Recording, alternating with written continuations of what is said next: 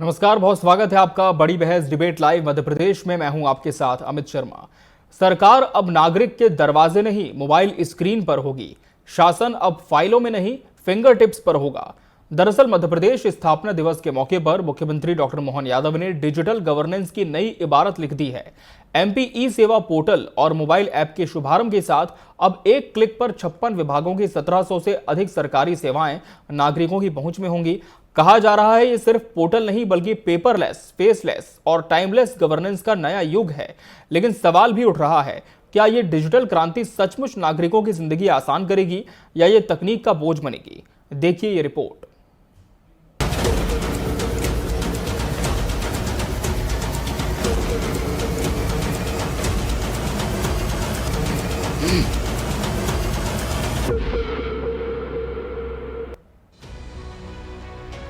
मध्य प्रदेश सरकार ने एमपी ई सेवा पोर्टल को विज्ञान और प्रौद्योगिकी विभाग के अंतर्गत एमपीएसडीसी के सेंटर फॉर एक्सीलेंस द्वारा तैयार किया है।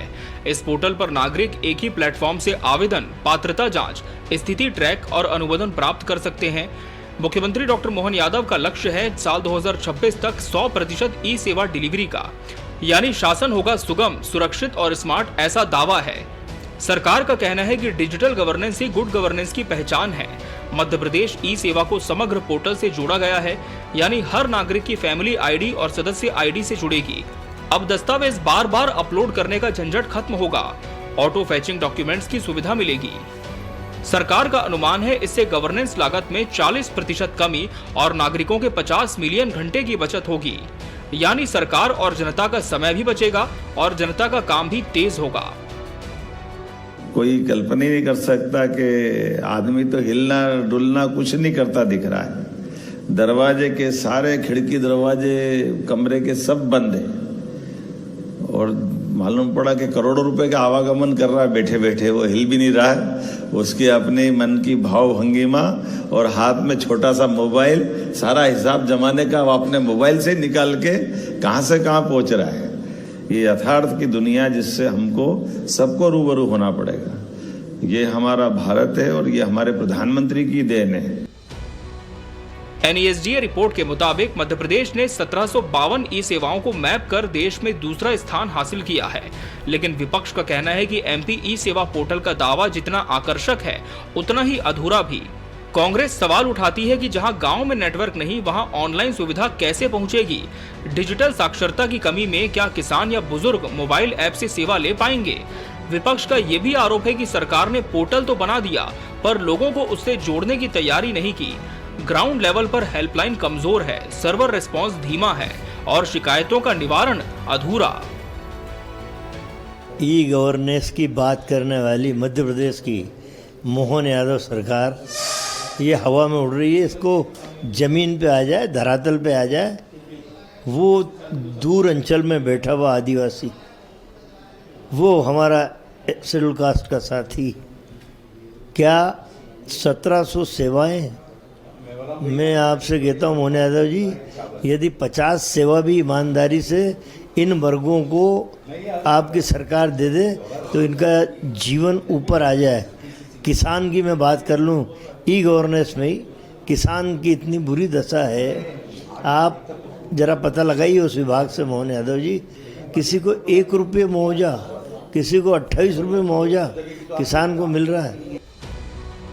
एमपी ई सेवा पोर्टल ने निश्चित तौर पर प्रशासनिक पारदर्शिता और दक्षता की दिशा में बड़ी छलांग लगाई है, पर असली कसौटी यही है, क्या डिजिटल शासन गांव-गांव तक सुशासन का सेतु बन पाएगा? डिजिटल गवर्नेंस की इस नई क्रांति में तकनीक का नेतृत्व तो है, पर जनता की भागीदारी भी उतनी ही जरूरी होगी। मध्य प्रदेश ने शुरुआत कर दी है, अब देखना यह है कि ये परिवर्तन सिस्टम में होता है या सिर्फ स्क्रीन पर। Bureau report, TV 24 news.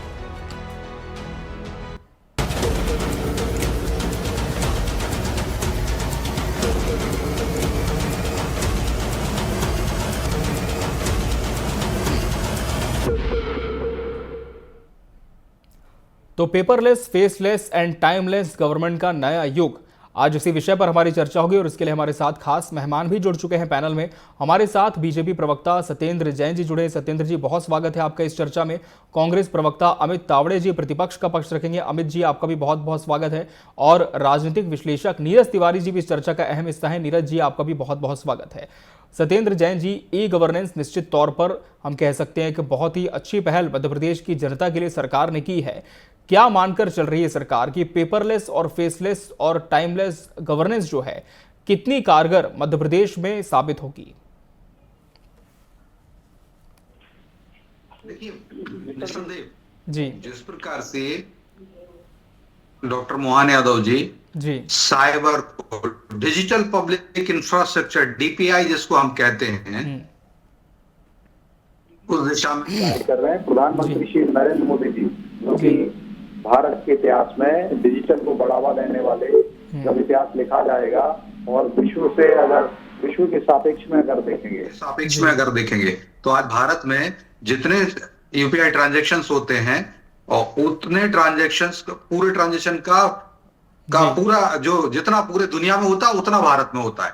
मतलब 50% के लगभग का यूपीआई ट्रांजैक्शन भारत में होता है और रेस्ट ऑफ द वर्ल्ड में अमेरिका, यूएसए, चाइना और जितने भी लगभग 200 कंट्रीज हैं वो सब कर रहे हैं और उतना अकेला भारत कर रहा है।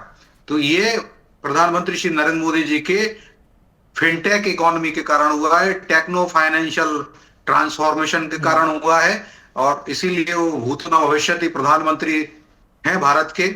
उन्होंने अपना नाम स्वर्णाक्षरों में लिखा है और निसंदेह उनके डीपीआई के लक्ष्य को, डिजिटल पब्लिक इंफ्रास्ट्रक्चर के लक्ष्य को मध्य प्रदेश में आत्मसात करने के लिए कंधे से कंधा मिलाकर के डॉक्टर मोहन यादव जी सहयोग कर रहे हैं। डबल इंजन की सरकार सहयोग कर रही है।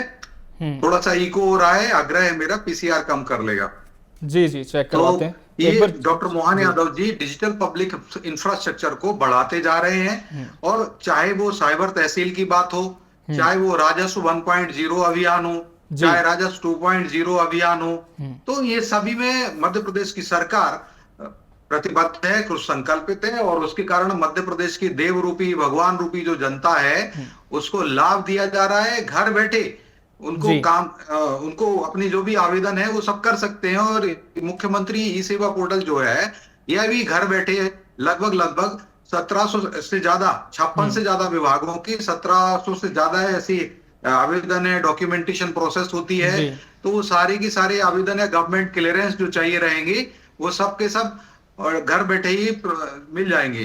तो ये बहुत ही बड़ा एक युगांतकारी निर्णय है, डिजिटल पब्लिक इंफ्रास्ट्रक्चर को बढ़ा रहा है। पर आप देखिए जिस प्रकार से मध्य प्रदेश ने और भारत ने, आप देखिए डीबीटी, कांग्रेस का डीबीटी हुआ करता था जो भारत के प्रधानमंत्री रहे हैं आदरणीय श्री राजीव गांधी जी और राजीव गांधी जी बार बार उल्लेख करते थे और वो कहते थे कि उनकी डीबीटी डायरेक्ट बिचौलिया ट्रांसफर थी और 1 रुपए वो भेजा करते थे तो जो लाभार्थी है उसको मात्र 15 पैसे मिलते थे। 85 पैसे भ्रष्टाचार की बलिविधि पर भेंट चढ़ जाते थे। कांग्रेसी उसको चट कर जाते थे, अपनी जेब में भर लेते थे, क्योंकि केंद्र के बाद राज्य में सरकार कांग्रेस की, पंचायत में पंचायतें कांग्रेस की, नगर तो नगरीय निकाय कांग्रेस के, तो हर जगह कांग्रेस के नेतागण थे। तो डीबीटी ये होता था और एक डायरेक्ट डीबीटी प्रधानमंत्री मोदी जी ने दिया वो है डायरेक्ट बेनिफिट ट्रांसफर और आज लगभग 55 करोड़ से ज्यादा बैंक अकाउंट खोले गए उसके लिए और बैंक अकाउंट खोल के आज भारत में हर भारतीय का बैंक खाता है और जिस कारण से हमने लगभग 4.5 लाख करोड़ रुपए से ज्यादा की जो बिचौलिया ट्रांसफर हो जाता वो बचाया है। चलिए, तो बिचौलिए खत्म हुए हैं और डायरेक्ट बेनिफिशियरी जो है लाभ मिल रहा है लोगों को, ये बीजेपी का कहना है। सत्येंद्र जी, मैं फिर आऊंगा आपके पास। अमित तावड़े जी का रुख कर लेते हैं। अमित तावड़े जी, सरकार की पहल तो निश्चित तौर पर काफी सार्थक मानी जा रही है, लेकिन कांग्रेस को कहां संशय है? क्या मानकर चल रही कांग्रेस की जो डिजिटल गवर्नेंस की बात की जा रही है, क्या वाकई मूर्त रूप ये ले पाएगी? जी अमित तावड़े जी, क्या आपको मेरी आवाज मिल पा रही है? अमित तावड़े जी, क्या आप मुझे सुन पा रहे हैं स्टूडियो से? अमित जी, क्या आपको मेरी आवाज पहुंच रही है? चलिए, इनसे जुड़ने की कोशिश करते हैं। आपको आ रही है आवाज? जी, अब आपकी आवाज मिली, आपकी बात रखें।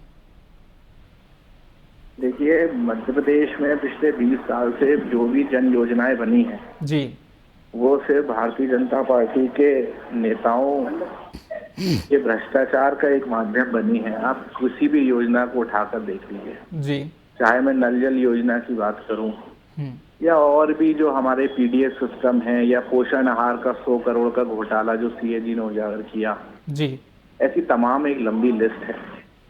अब राजीव जी ने ये कब कह दिया कि कांग्रेसी पूरा 20 पैसे खा जाते थे या ऐसा होता था, ये भारतीय जनता पार्टी के नेता ही बता सकते हैं।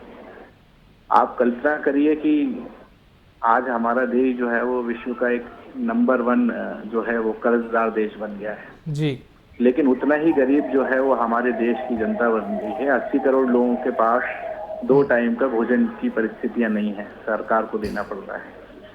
तो ये कहीं ना कहीं ये बताती है कि हमारे मध्य प्रदेश की जनता हो या देश की जनता हो, जो जी। भरोसा भारतीय जनता पार्टी के ऊपर करा, तो पिछले 20 सालों में वो भारतीय जनता पार्टी के नेता जो साइकिलों से चलते थे, चने खाते थे, आज 2-2 करोड़ की गाड़ियों में घूम रहे हैं। तो जिस जनता ने उनको वोट दिया जी। उसकी परिस्थितियां और एकदम दयनीय होती जा रही हैं। बेरोजगार जो है वो आत्महत्याएं कर रहे हैं। महिला अपराध की हम बात करें या किसी भी योजनाओं की बात करें, 2 करोड़ रोजगार की बात करी थी मोदी जी ने, क्या हुआ? मध्य प्रदेश में इन्होंने कहा था कि हम 3000 रुपए लाडली बहनों को देंगे, क्या हुआ? लाडली बहनों को हम मकान देंगे, उसका क्या हुआ? तो ये सिर्फ आगे पार्ट पीछे सपाट जैसी स्थिति है मध्य प्रदेश में भारतीय जनता पार्टी। नीरज तिवारी जी का रुख कर लेंगे। नीरज जी, क्या मानकर चलते हैं डीपीआई डिजिटल पब्लिक इंफ्रास्ट्रक्चर में एक और कड़ी जोड़ने के उद्देश्य से क्या वाकई ई गवर्नेंस एक बहुत अच्छा कदम मानी जा सकती है, और हम कितने तैयार हैं प्रदेश में इस गवर्नेंस के लिए? जी बिल्कुल, आप जो कह रहे हैं कि ई गवर्नेंस जी जरूरत तो है, समय के साथ परिवर्तन होता है और समय के साथ डिजिटल क्रांति से हम जुड़ते जा रहे हैं जी। ये हम सभी के लिए बहुत अच्छी बात है, लेकिन क्या साइबर सुरक्षा हमारे यहाँ मजबूत है जी? ये सबसे बड़ा प्रश्न है, क्योंकि हमारे यहाँ साइबर सुरक्षा को भी ध्यान में रखते हुए ये कदम उठाए जाएं तो आम जनमानस में इसकी मांग बढ़ती चली जाएगी। अभी तो हमें सब स्क्रीन पे बहुत अच्छा दिखाई देगा, कागज पे बहुत अच्छा दिखाई देगा कि देखो हमारे एक क्लिक से पूरा डिटेल हमारे सामने आ गया है। अब जो साइबर क्राइम हो रहे हैं उस पर क्या सरकार का विशेष ध्यान है कि नहीं, ये भी एक महत्वपूर्ण कदम है। लेकिन ओवरऑल मिलाकर के यह कदम बहुत ही सराहनीय है और इसको धरातल तक पहुंचना चाहिए और सभी जनता को जुड़ना चाहिए। इससे फायदा तो है, लेकिन सुरक्षा की जिम्मेदारी सरकार को लेना भी आवश्यक है। जी सत्येंद्र जैन जी, फायदा तो है लेकिन सुरक्षा के लिए हम कितने तैयार हैं? और दूसरी तरफ कांग्रेस से कह रही है कि इसके पहले भी आपने बड़े दावे किए, बड़े वादे किए हैं, उनका क्या हुआ? देखिए, जिस प्रकार से हमारे वरिष्ठ पत्रकार जी विश्लेषक ने बड़ी बात है, अच्छी बात उन्होंने कही है। हम सबको हम कर ही रहे हैं। और चाहे आप देखिए, कांग्रेस को तो दर्द होता है। अब 1.25 करोड़ से ज्यादा माताएं बहनें हैं, लाडली बहनें हैं, उनको हम डीबीटी के माध्यम से राहत राशि भेज, जो हर वक्त हम स्वावलंबी बनाने के लिए राशि दे रहे हैं, हर महीने 1500 रुपए महीने। और जिस प्रकार और किसानों के लिए हम 12,000 रुपए दे रहे हैं। 80 लाख से ज्यादा किसान मध्य प्रदेश के हैं। आप जो बेनिफिशरीज हर जगह हम दे रहे हैं। उज्ज्वला योजना के कनेक्शन है लगभग 78 लाख से ज्यादा उज्ज्वला योजना के कनेक्शन है। प्रधानमंत्री मातृवंदना योजना है, ऐसी अनेक जगह हम डीबीटी के माध्यम से दे रहे हैं। कांग्रेस डायरेक्ट बिचौलिया ट्रांसफर करती है, या जीतू पटवारी जी जो कहते थे कि माताओं बहन पुरुष तो बोले आदमी तो दारू पी के सो जाते हैं, और माता और महिलाएं जो है 200-500 रुपए लेके पोल के में रख लेती हैं। तो ऐसे कांग्रेस का देने का काम रहता था, मातृशक्ति का अपमान करने का। या अभी उनको दर्द भी हो रहा है कि बोले मध्य प्रदेश की माताएं बहनें सब दारू पीने लगी हैं, जो 1500 रुपए महीने लाडली बहना के दिए जा रहे हैं उसका दुरुपयोग कर रही हैं, सब है तो सारी महिला शक्ति का अपमान कर रहे हैं। तो हम हर जगह सुरक्षा कर रहे हैं। कहीं पर ऐसा नहीं हो रहा कि किसी महिला के 1500 रुपए जो हम देने जा रहे हैं दे रहे हैं वो किसी और के पास जा रहे हैं। उसी 1.25 करोड़ माताओं बहनों के खाते में ही जाते हैं। हर एक बहन के लाडली बहन के खाते में ही जा रहे हैं, लाडली लक्ष्मी के खाते में ही जाते हैं, कहीं इधर उधर नहीं जाते। तो हम पूरी सिक्योरिटी देख रहे हैं। और जो साइबर थ्रेट्स हैं उसके लिए हमने साइबर जो पुलिस को भी उन्नयन किया है, अनेक रिफॉर्म्स वहां किए हैं, टेक्नोलॉजिकल अपलिफ्टमेंट्स किए हैं, और किसी भी अनेक प्रकार के जो साइबर फ्रॉड चलते हैं उस पर मध्य प्रदेश की साइबर पुलिस भी तत्काल एक्शन लेती है, और मध्य प्रदेश की जनता को, भगवान रूपी जनता को कई बार उनका ट्रांजैक्शन रोक देती है ऑनलाइन। जो फिशर्स होते हैं, जो घुसपैठी होते हैं, जो फिशर्स कहते हैं ऑनलाइन, जो धोखेबाज होते हैं, फ्रॉडस्टर्स होते हैं, उनके बैंक अकाउंट में एंड यूजर तक वो पैसा नहीं पहुंच पाता है, उसको पहले ही रोक देते हैं। तो अनेक कार्य किए जा रहे हैं और आगे भी करते जाएंगे, लेकिन कांग्रेस को ये विकास नहीं दिखता, कांग्रेस को सारी चीजें नहीं दिख रही, लेकिन भगवान रूपी जनता को, नारायणी रूपी माताओं को, जिनको हम नारायणी मानते हैं, वो सब समझती हैं और उनको लाभ हम दे रहे हैं। और जो इस प्रकार से ये 1700 से ज्यादा योजनाओं का जो लाभ जो है, 56 से ज्यादा विभागों का, जब ऑनलाइन घर बैठे मिलेगा ना, तो ये सही मायने में हम मध्य प्रदेश की भगवान रूपी जनता की पूजा कर पाएंगे और हम मध्य प्रदेश रूपी मंदिर का और तेजी से विकास कर पाएंगे। डिजिटल पब्लिक इंफ्रास्ट्रक्चर को बढ़ा रहे हैं। 90,000 करोड़ रुपए से ज्यादा की राशि तो हमने कैपिटल एक्सपेंडिचर में रखी है, उसमें डिजिटल पब्लिक इंफ्रास्ट्रक्चर को भी अपलिफ्टमेंट आता है, साथ साथ रोड आ जाते हैं, हॉस्पिटल आ जाती है, शिक्षा आ जाती है, बिजली आ जाती है, सभी विभाग के, कृषि उन्नयन आ जाता है। तो सब हमने 90,000 करोड़, कहां कांग्रेस की सरकार थी तब 2,000 करोड़ रुपए ये साल भर में पूंजीगत व्यय में खर्च नहीं कर पाते थे। जवाब दीजिए अमित तावड़े जी, सरकार ने तो इतने सालों में इतना कुछ किया, जैसे कि सत्येंद्र जी कह रहे हैं, एक और नई पहल है, तो फिर कांग्रेस को ऐतराज क्यों है? क्या कांग्रेस को विश्वास नहीं है इस पहल पर? जी अमित तावड़े जी। अमित जी, क्या आप मुझे सुन पा रहे हैं स्टूडियो से? आपको मेरी आवाज पहुंच रही है? जी अमित जी, आपकी बात रखें। नीरज तिवारी जी, जिस तरह से साइबर सुरक्षा एक बहुत बड़ा विषय है और ई गवर्नेंस के लिए बहुत जरूरी भी है, लेकिन क्या इसके अलावा हम कह सकते हैं कि पूरी तरह से स्मूथ ये ई गवर्नेंस चल सकती है या फिर कुछ और भी चुनौतियां हो सकती हैं रास्ते में? अब जैसा कि हम लोग चर्चा कर रहे हैं कि साइबर सुरक्षा के लिए हमने पुख्ता इंतजाम कर लिए जी। आज यदि हम डेटा देखें तो मध्य प्रदेश टॉप 5 राज्यों में आता है जो साइबर क्राइम में सबसे टॉप माना जा रहा है जी। ये हमारे लिए बहुत चिंता की बात है। और जिस तरीके से डिजिटल क्रांति से हम जुड़ रहे हैं, उससे 2 कदम आगे जा करके हमें सुरक्षा के दृष्टिकोण से ध्यान में रखना होगा। नहीं तो पता चला कि कल उसने अंगूठा वहां लगाया और उसके फिंगरप्रिंट किसी और ने लिए और जमीन किसी और के नाम पे हो गया, कुछ किसी और के नाम पे हो गया।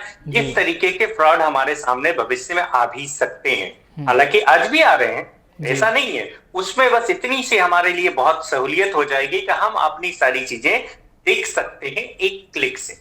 यह एक पहल बहुत अच्छा है, लेकिन हम क्या उतना मजबूत हैं, इस पर विचार करना जरूरी है, जो कि वर्तमान में हमें दिखाई दे रहा है कि साइबर सुरक्षा के दृष्टिकोण से हम इतने मजबूत नहीं है जिस तरीके से केसेस हम लोगों के सामने दिखाई दे रहा है। सत्येंद्र जी, क्या इत्तेफाक रखते हैं कि हमने पहल तो शुरू कर दी है लेकिन तैयारी नहीं है सरकार की?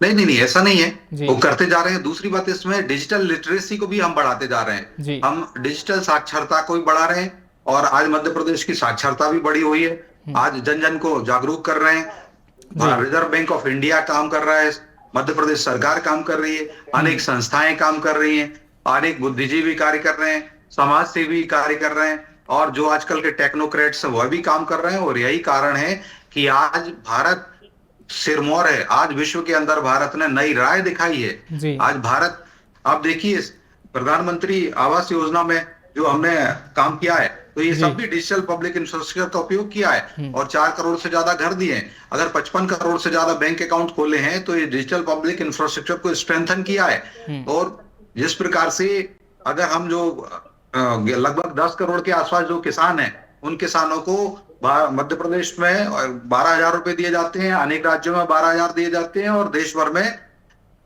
मोदी जी की ओर से 6,000 रुपए दिए जाते हैं और लगभग 4 लाख करोड़ रुपए की राशि उनको दिए जा चुकी है। तो और total DBT, direct benefit transfer, जो मैंने परिभाषा भी बताई, डीबीटी और डायरेक्ट बिचौलिया ट्रांसफर जो कांग्रेस का था, तो ये कांग्रेस करती रही। कांग्रेस को तो आप कांग्रेस की 10 साल सरकार रही, तब ये नहीं कर पाए, और जब ऐसे विपक्ष में आए तो विरोध करते थे। आप पी चिदम्बरम जी का बयान सुनिए, वो वित्त मंत्री रहे जब यूपीए सरकार थी, यूपीए 1 यूपीए 2 में रहे वो, और वो बार बार विरोध करते रहे कि अरे कैसे कर पाएगी, भारत में इंफ्रास्ट्रक्चर नहीं है, ये सब नहीं है। लेकिन आज वही भारत विश्व को राह दिखा रहा है। आज विश्व के अनेक देश जो भारत में आते हैं, भारत के यूपीआई सिस्टम का अध्ययन कर रहे हैं। आज भारत के यूपीआई सिस्टम को अनेक देशों ने भी स्वीकार कर लिया। आज भारत का ई रुपया जो कहते हैं, ई रूपी डिजिटल रुपया, वो अनेक देशों में उसके द्वारा ट्रांजेक्शन हो रहा है, चाहे वो रूस हो, चाहे फ्रांस हो, चाहे वो दुबई हो, चाहे गल्फ कंट्रीज हो, अनेक देशों के अंदर उसको लागू किया गया है। तो कहीं ना कहीं हमारी साइबर सिक्योरिटी स्ट्रेंथन है और आगे भी करते जा रहे हैं। और आप देखिए, और हम हर पत्थर को टर्न करेंगे जिससे हमारी सिक्योरिटी भी सुरक्षित रहे, साथ ही साथ हम हमारे देव रूपी जनता, भगवान रूपी जनता की सेवा कर सके। चलिए, तो सरकार का कहना है कि पहले भी इस तरह की पहलों पर सवाल उठे हैं, लेकिन कहीं ना कहीं सिद्ध हो गया है कि अगर कदम उठाए जा सकते हैं तो इसे पूरा करने का साहस भी होता है। लेकिन कांग्रेस को अभी भी इस तरह की पहलों पर संशय है। बहरहाल समय हमारे पास इतना ही था इस चर्चा के लिए। आप सभी मेहमानों का बहुत बहुत धन्यवाद हमसे इसमें जुड़ने के लिए और इसका हिस्सा बनने के लिए। इसी के साथ बड़ी बहस डिबेट लाइव मध्य प्रदेश में आज के लिए फिलहाल इतना ही। मुझे और पूरी टीम को दीजिए इजाजत। नमस्कार।